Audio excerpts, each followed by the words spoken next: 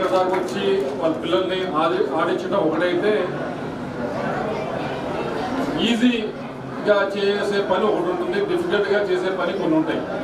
Easy పని ఏంటంటే ఆదివారం పూట శుభ్రంగా ఇంట్లో రెస్ట్ తీసుకుంటా, ఏదో 6 రోజులు పని చేస్తున్నా, 7 రోజులు ఇంట్లో రెస్ట్ తీసుకుంటా, టీవీ చూస్తా,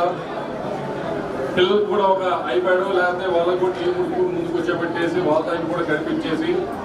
అది ఈజీ పని. డిఫికల్ట్ పని ఏంటంటే వాళ్ళకి చెస్